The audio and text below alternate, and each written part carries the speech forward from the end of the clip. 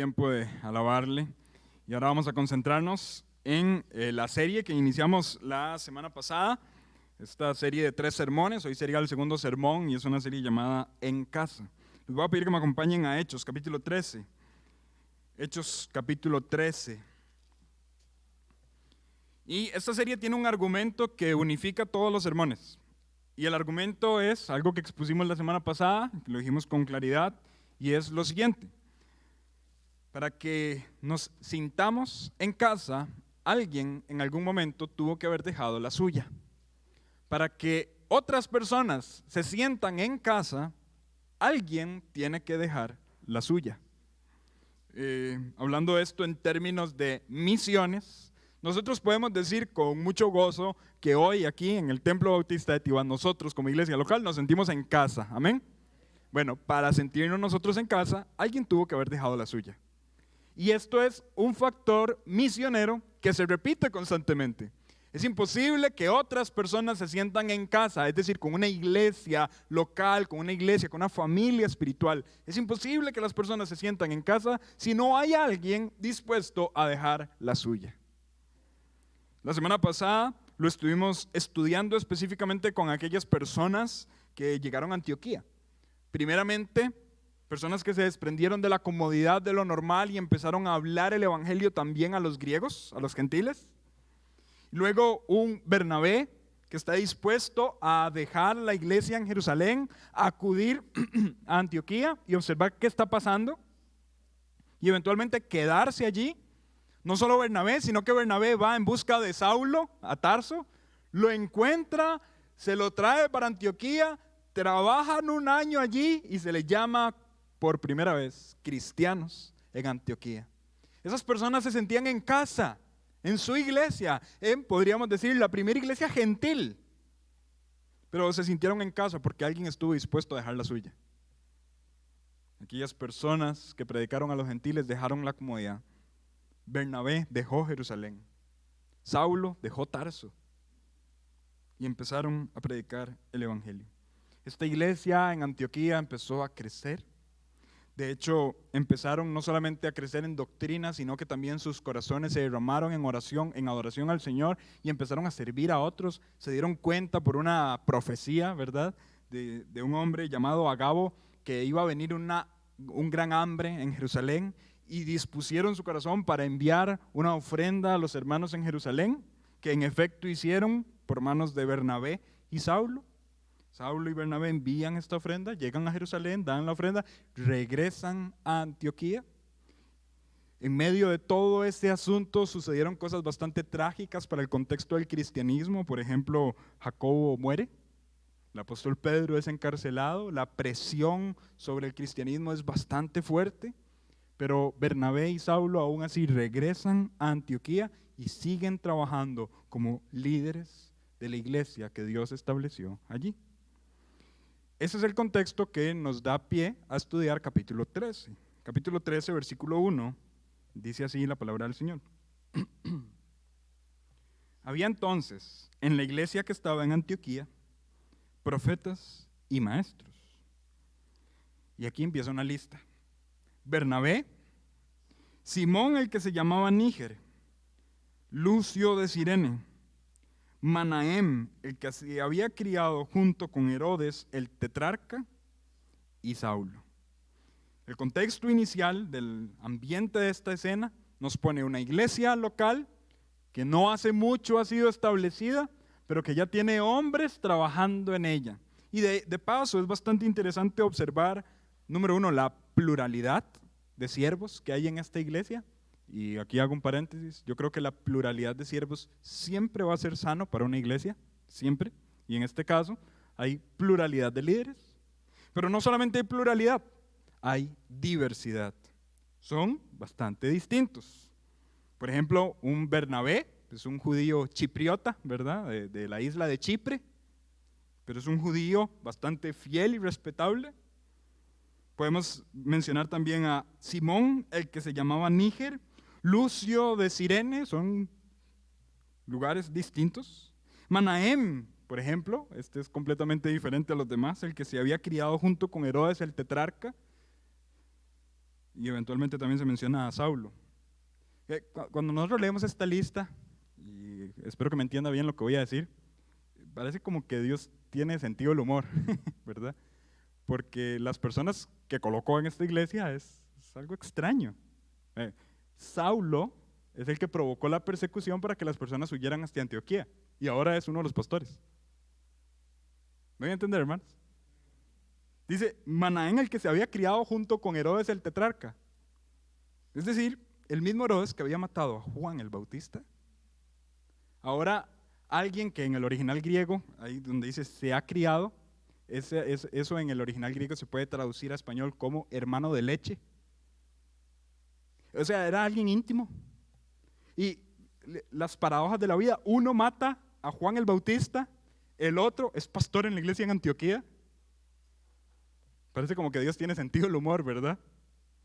Pero ahí está, es un grupo plural, es una pluralidad de liderazgo, pero al mismo tiempo es un grupo diverso. Entre ellos podemos ver grandes hombres de Dios y podríamos pensar humanamente que ahí está la titular. Y con esa titular nos va a ir bien. Y gracias a Dios porque ha provisto grandes hombres. Un Saulo con todo su conocimiento como principal entre los fariseos.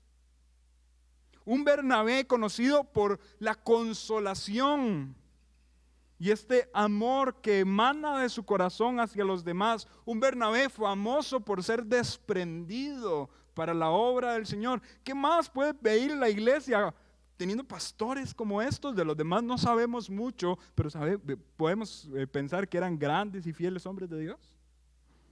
¿Qué más puede esperar una iglesia con este grupo de pastores tan firme, tan consistente, tan teológicamente sólido?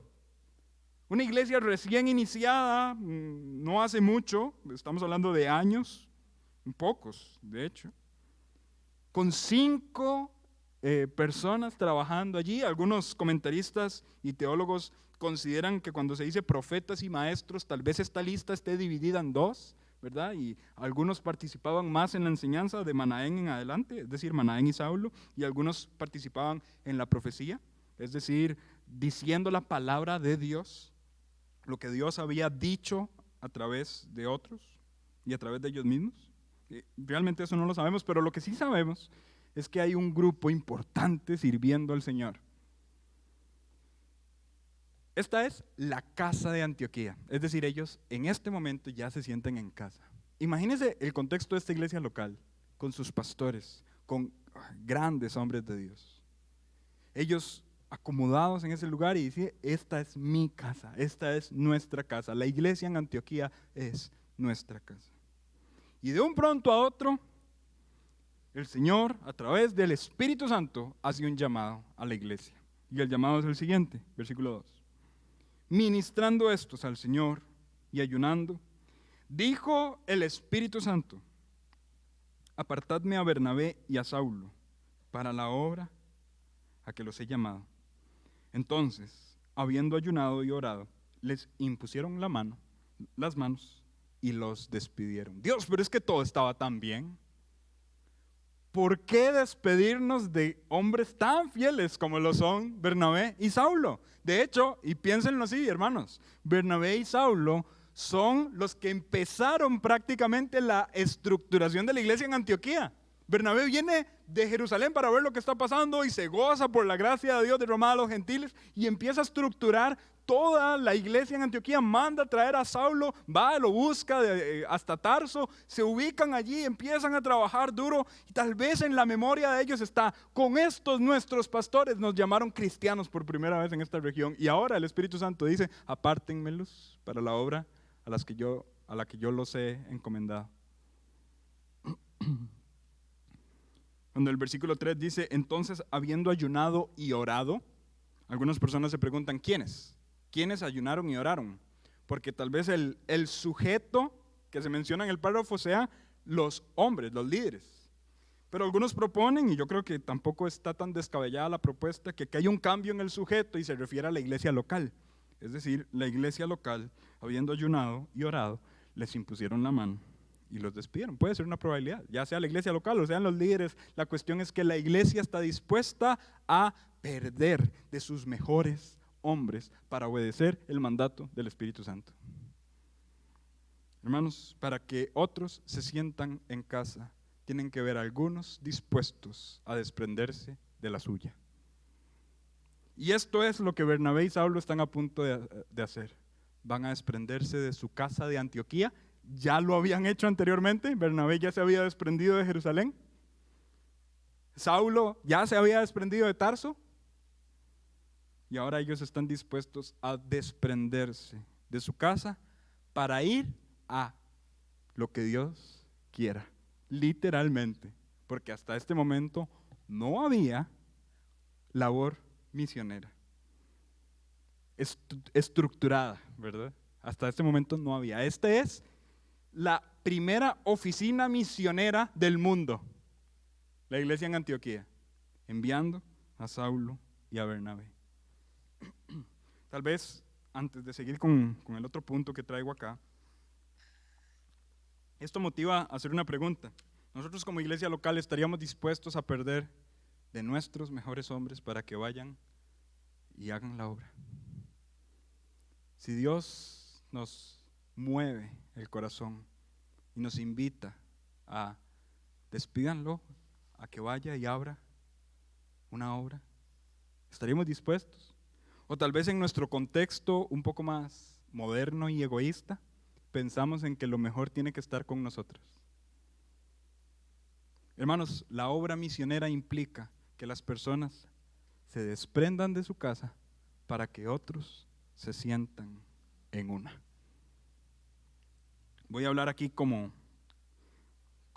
quien trabaja mucho con los jóvenes, ¿verdad? Pero constantemente yo, hablando con Pastor Mike, le digo, yo me siento tan feliz por el grupo de jóvenes de esta iglesia.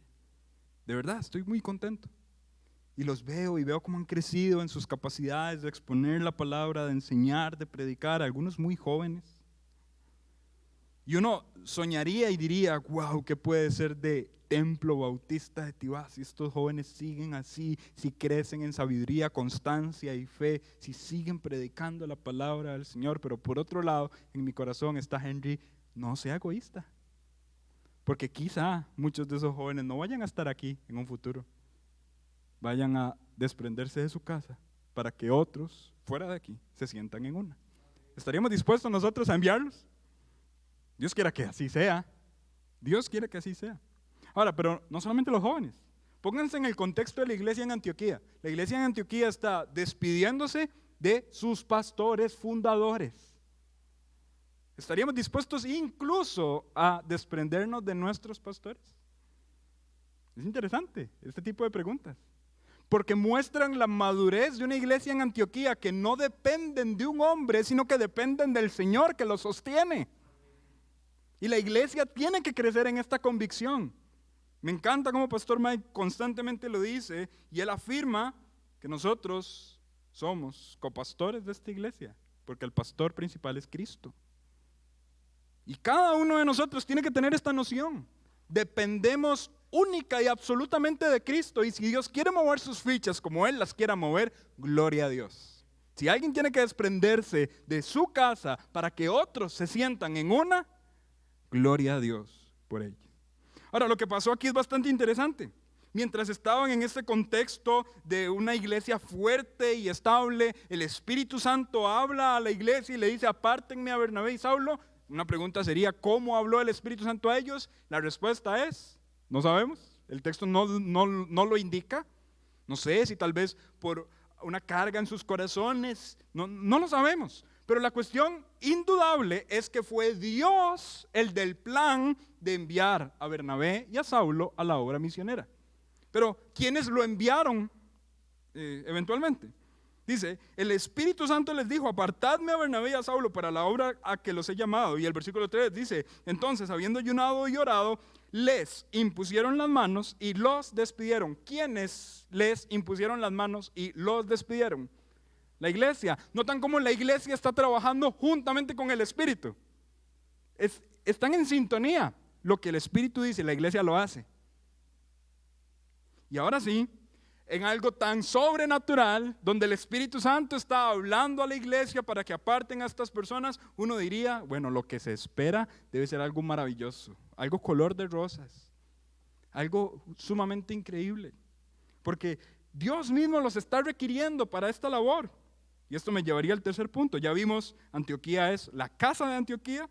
Ya vimos el llamado del Espíritu Santo a que algunos se desprendan de su casa, y ahora vamos a ver el inicio de la labor misionera. ¿Y qué podemos esperar? Si es el Espíritu Santo el que los está llamando para una obra a la que Él los está encomendando, ¿qué podemos esperar? Que no haya ningún problema, que todo salga bien.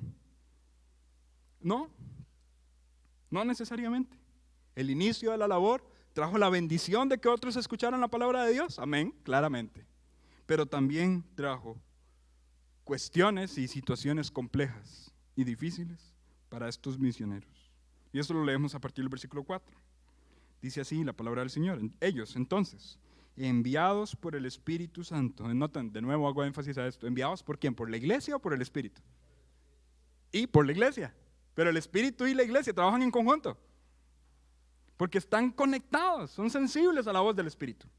Ahora, enviados por el Espíritu Santo, descendieron a Seleucia y de allí navegaron a Chipre. Es interesante que el primer lugar donde van, Chipre, y se establecen allí, es el lugar de nacimiento de Bernabé. Como lo dije hace unos minutos, Bernabé es chipriota, ¿verdad? Dice, versículo 5, y llegados a Salamina, anunciaban la palabra de Dios en las sinagogas de los judíos. Una tendencia que se volvió lo usual en este viaje misionero, que es el primer viaje misionero. Y lo usual es, ellos visitan las sinagogas de los judíos. Ahora, cuando usted piensa en la palabra sinagoga, ¿qué se imagina, hermano? Un templo majestuoso y enorme. No nos imaginemos eso. Las sinagogas en esta época no necesariamente eran cosas enormes. Eran edificaciones a veces pequeñas, donde cabían una cantidad de hombres específicos que eran los que estudiaban la palabra, y esos hombres eventualmente llevaban este estudio de la palabra a sus casas. En algunos casos, algunas sinagogas eran para 12 hombres. En otros casos, sinagogas más grandes. Pero no era algo sumamente grande.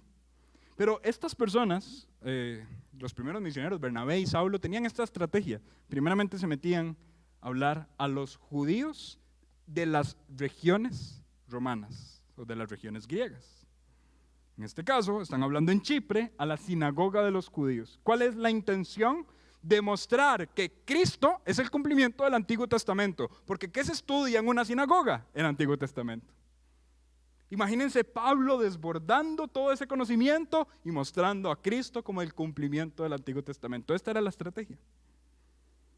Dice versículo 6, habiendo atravesado toda la isla hasta Pafos, hallaron a cierto mago, falso profeta. Y aquí empiezan los primeros conflictos.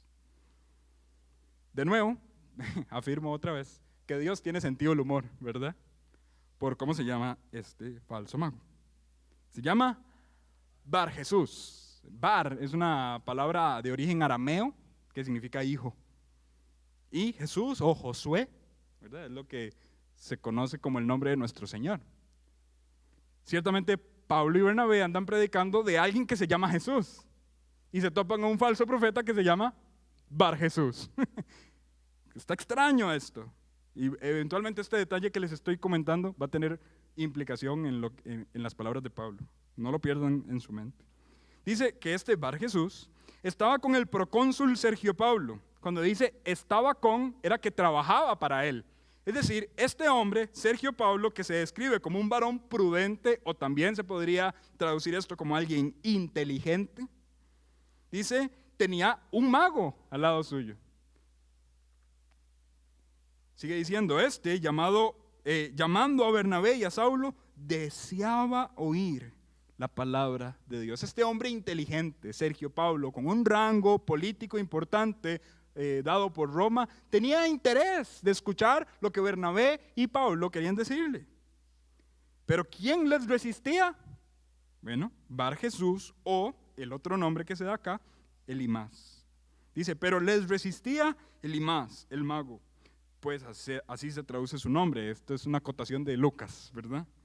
Dice, procurando apartar de la fe al procónsul. No quería que el procónsul escuchara la doctrina y hacía todo el esfuerzo. Bueno, y aquí entendemos que también había un interés de por medio, porque él era el mago personal del procónsul y si él se convertía al evangelio perdía su trabajo, ¿verdad? Y él procuraba apartar de la fe al procónsul. Entonces Saulo, que también es Pablo, esta es otra acotación de Lucas que es importante, porque a partir de aquí en el primer viaje misionero la posición se invierte. Antes el líder, hasta este momento, ¿quién era? Bernabé. Pero cuando se hace esta acotación de Saulo, que también es Pablo, a partir de allí, en todas las menciones se empieza a mencionar primero a Pablo y segundo a Bernabé, porque Pablo es el que toma protagonismo en la labor misionera. Esto es también bastante loable de parte de Bernabé. Él estaba interesado más en predicar la palabra que en ser el líder de la misión, ¿verdad? Bernabé, Pablo, usted tiene capacidades para llevar el liderazgo de este viaje misionero, hágalo. Y a partir de allí Pablo empieza a mencionarse de primero y todos conocemos la influencia que tuvo Pablo en los viajes misioneros. De hecho, usted se va a su Biblia y se dice los viajes misioneros de Pablo. Y en cierta medida eso es injusto, porque no fue solo Pablo. El primer viaje misionero fue Bernabé y el segundo viaje misionero fue Silas, gracias, ¿verdad? No todos están dormidos. Silas. Entonces, decir viajes misioneros de Pablo es un poco injusto. Ahora, siguiendo con este detalle, dice, entonces Saulo, que también es Pablo, lleno del Espíritu Santo, el Espíritu que lo envió a ese lugar, fijando en él los ojos, dijo, oh, lleno de todo engaño y de toda maldad, y noten esto, hijo del diablo, enemigo de toda justicia, ¿no cesarás de trastornar los caminos rectos del Señor? ¿Notaron algo interesante en esa reprensión? Usted no es Bar Jesús. Usted es hijo del diablo. Aquí Pablo está haciendo un juego de palabras. Su nombre es Hijo de Jesús, pero el Jesús que estamos anunciando a nosotros es un Jesús de un camino recto, de un camino justo. Usted es un hijo del diablo. Pablo fue con todo, ¿verdad? Con los tacos de frente, como decimos los ticos, a recriminar esta forma en la que este mago estaba tratando de apartar a Sergio Pablo de la fe. Y después de esta reprensión, versículo 11 dice, ahora pues, he aquí la mano del Señor está contra ti y serás ciego y no verás el sol por algún tiempo. Hermanos, si yo estuviera enojado con alguien y le digo, he aquí, serás ciego, se va a quedar esperando, pero eso no va a pasar, ¿verdad? Henry no tiene esa capacidad. ¿Me va a entender? ¿Por qué Pablo sí? Digamos que Henry podría ir en el nombre de Dios y decirle a una persona, será ciego. No, porque Pablo aquí está demostrando su ministerio apostólico. Él como apóstol está demostrando este tipo de capacidades que son propias de la época apostólica, ¿sí? Y esto es también un detalle interesante. Sí, claramente, estaba revestido. Y algunas otras personas no apóstoles eventualmente hicieron quizá alguno de estos milagros, pero bajo la cobertura del ministerio apostólico en esta época del libro de los Hechos.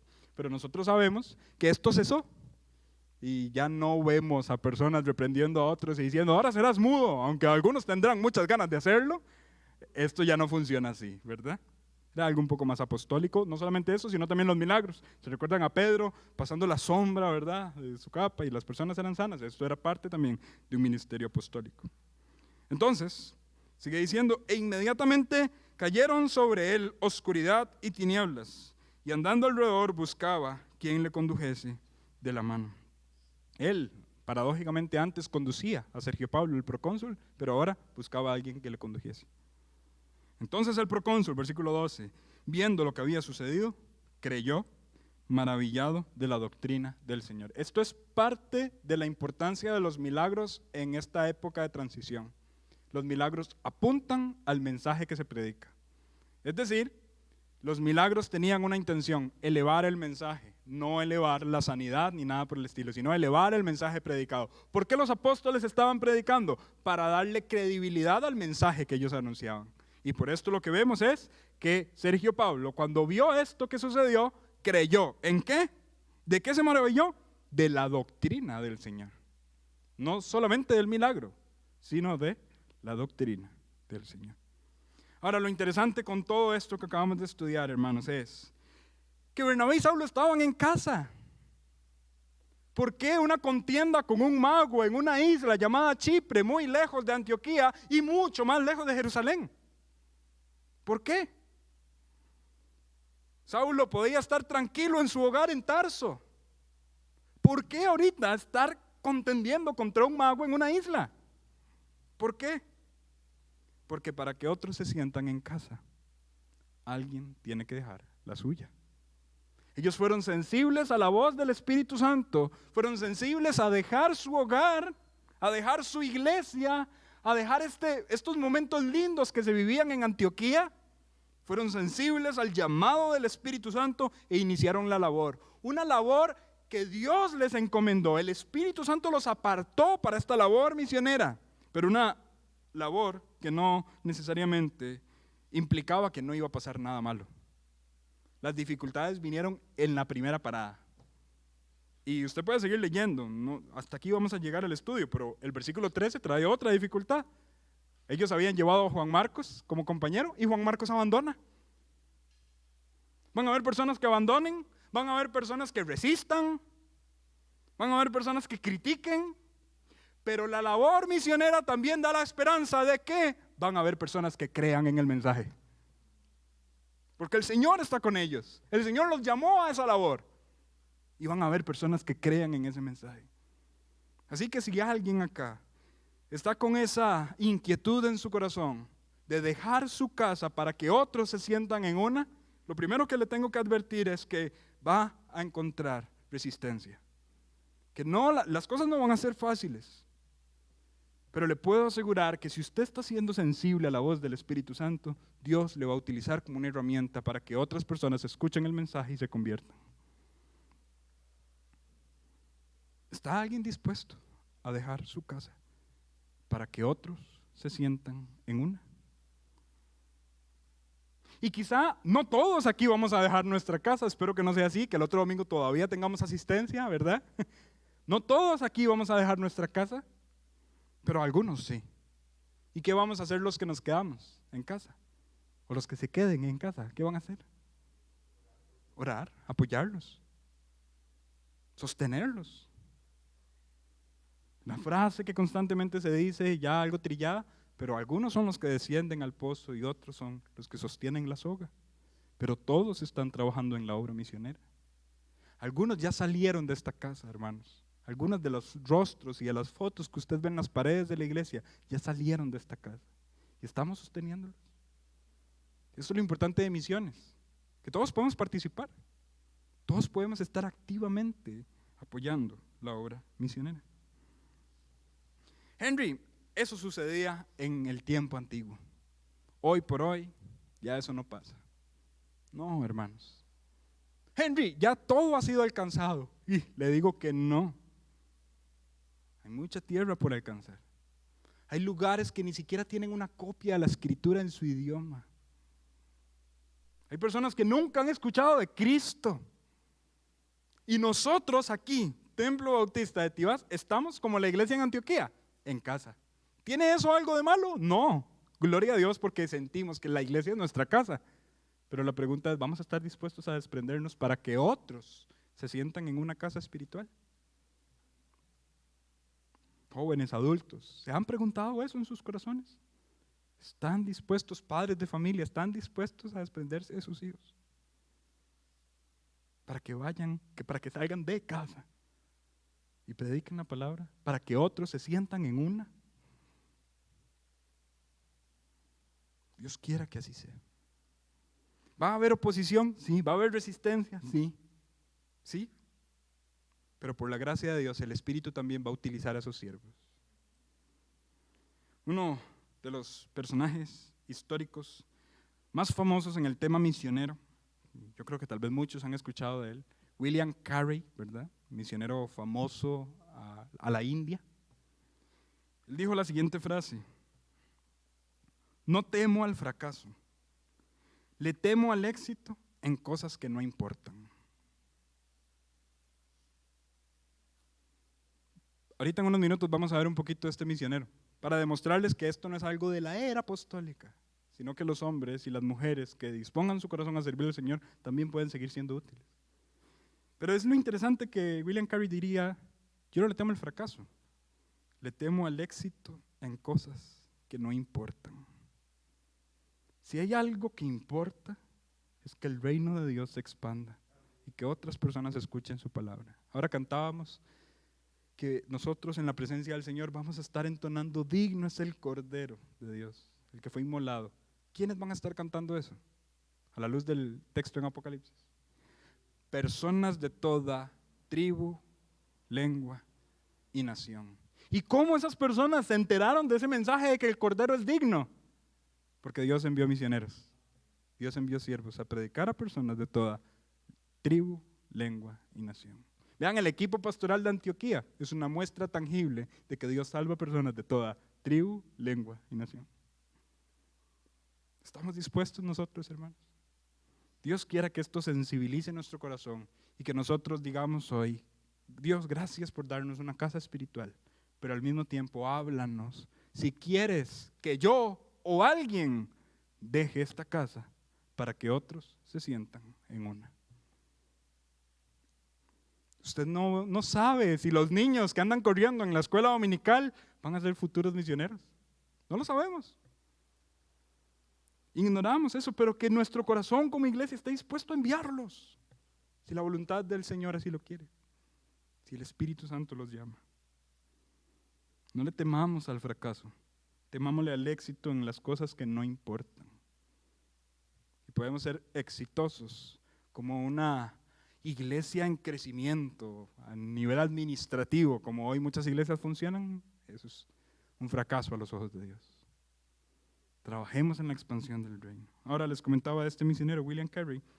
¿Por qué hablar de él? Bueno, yo creo que se me parece mucho a lo que Pablo y Bernabé experimentaron en esta ocasión. Experimentaron gente que los abandonó, experimentaron resistencia, tuvo que ser paciente como ellos, claro que sí, pero estaba dispuesto a obedecer el llamado de Dios.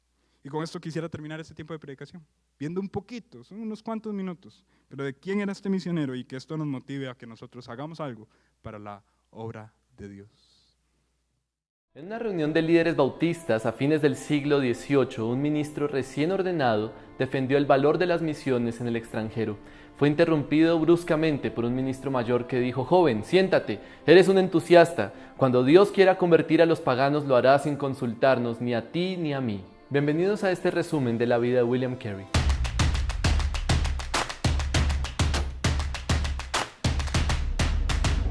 Que tal actitud sea inconcebible hoy en día se debe en gran medida a los esfuerzos posteriores de ese joven llamado William Carey. Un inicio modesto.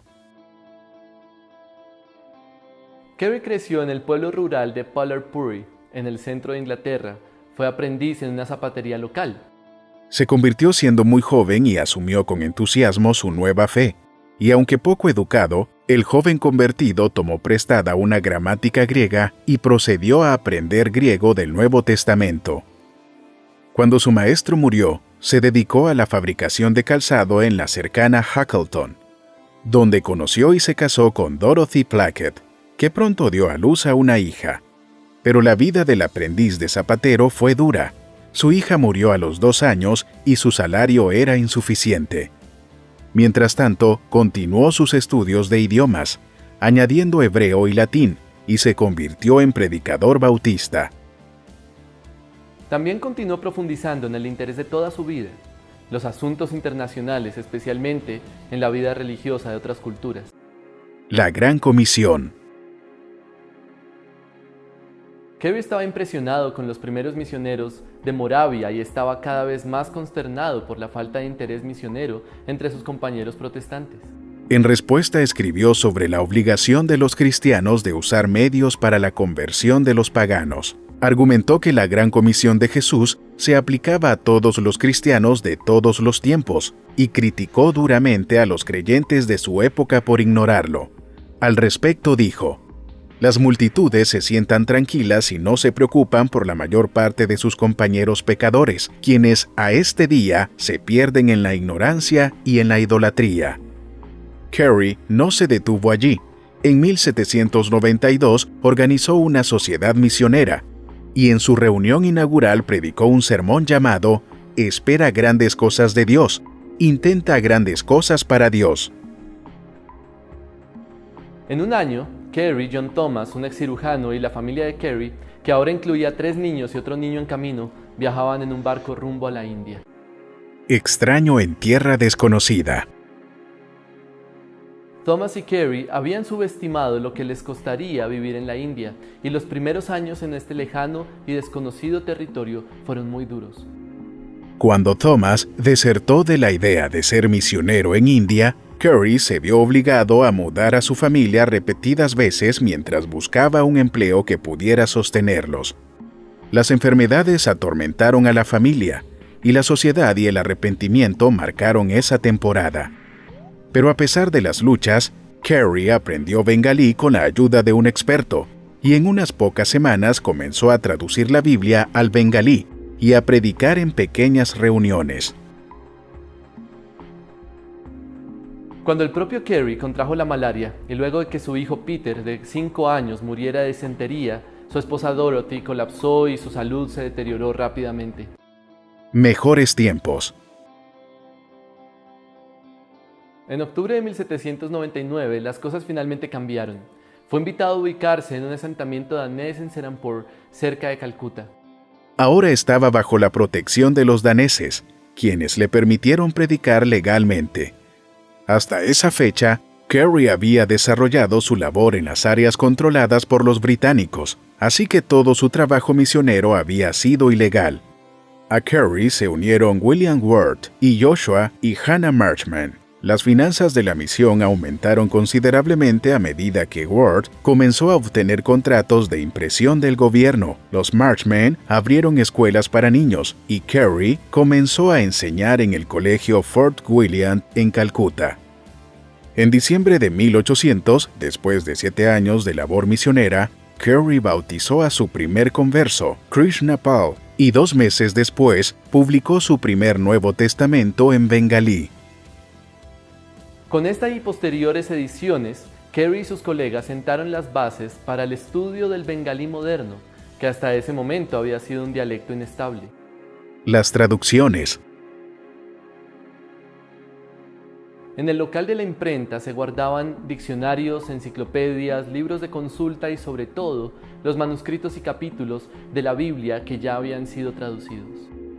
Un día, mientras Carey ministraba en la ciudad de Calcuta, un incendio destruyó la imprenta y el fuego consumió todo lo que estaba dentro. En unas horas, todo el trabajo de años se había perdido sin posibilidad de recuperarlo. La noticia del incendio trascendió las fronteras de la India y al cabo de un tiempo llegó a oídos del mundo occidental. Unos hombres de negocios desde los Estados Unidos y Europa, conmovidos por la noticia, decidieron contribuir.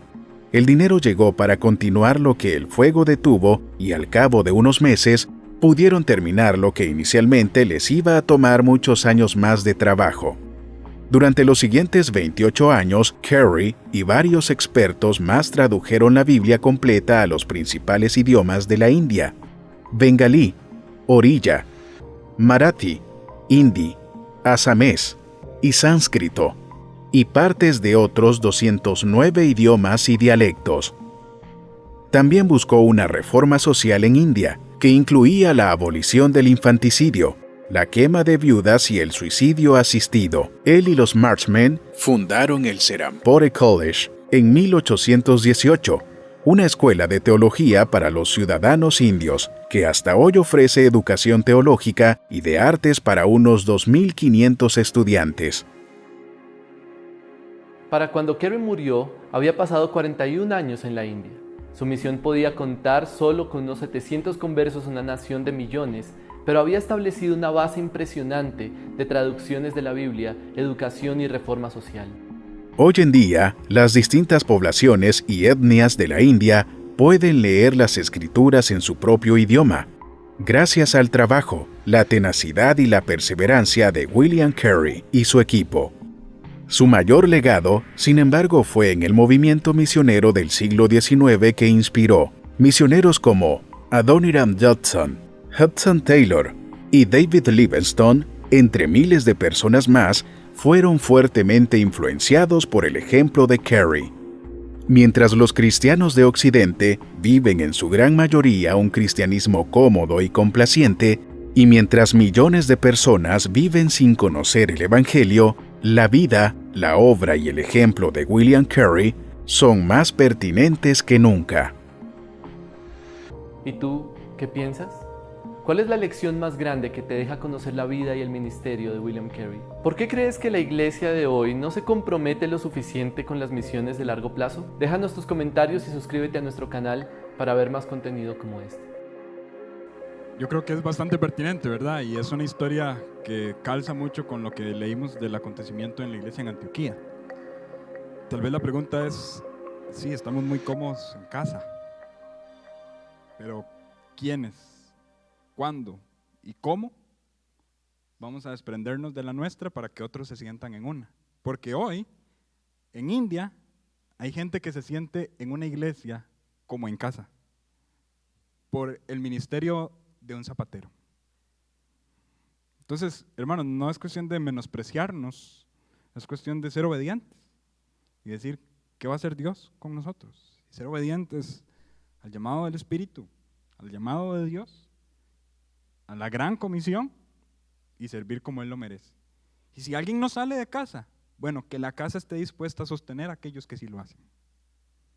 Que lo hagamos con sacrificio, que lo hagamos con determinación. Así como pasó en Antioquía, así como pasó en India, así como ha pasado en muchos países, así como tuvo que pasar aquí en Costa Rica, para que usted y yo hoy nos sintamos en casa. Bueno, esto tiene que seguir replicándose, la obra misionera no ha terminado. Si hay aún lugares que no han escuchado la palabra del Señor y siguen naciendo personas que no van a escuchar de la palabra del Señor. Aún en nuestro país hay padres de familia dando a luz a hijos decididos a nunca hablarles de Jesús. Así que no ha terminado. Termino con esto. Piensa en las iglesias en Asia Menor, potencias eclesiásticas, y hoy son considerados lugares donde hace falta que el evangelio llegue. Entonces, no es solamente transcultural, es incluso una responsabilidad nacional para que el evangelio permanezca. Con la confianza y la promesa que el Señor nos dio de que las puertas del Hades no prevalecerán contra la iglesia. Amén. Vamos a orar para terminar. Señor, concédenos de tu gracia para responder a estos mensajes como tú quieres que lo hagamos. Señor, no permitas que seamos insensibles a la responsabilidad misionera que tenemos como iglesia local. Ayúdanos a estar dispuestos a desprendernos de casa para que otros se sientan en una. Señor, levanta siervos en esta tu iglesia a que escuchen tu voz y obedezcan. A todos los que estamos acá, danos un corazón sensible para que si tú nos llamas por nombre, estemos dispuestos a alejarnos de la comodidad y servirte como lo mereces. Y si llamas a cualquier otra persona de esta iglesia y no somos nosotros, Señor, ayúdanos a ser fieles y firmes en la determinación de apoyar a aquellos que salgan de acá para predicar tu palabra. Ayúdanos a ser fieles y firmes también para apoyar a aquellos que ya salieron de acá a predicar tu palabra y lo están haciendo en otros sitios. Ayúdanos a tomarnos en serio, Señor, la labor misionera.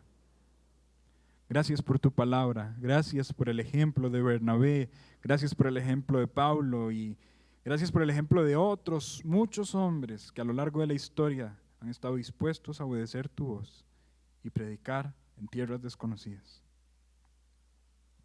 Ayuda, Señor, a que este mensaje impacte nuestro contexto local y que estemos dispuestos a servirte como tú lo mereces.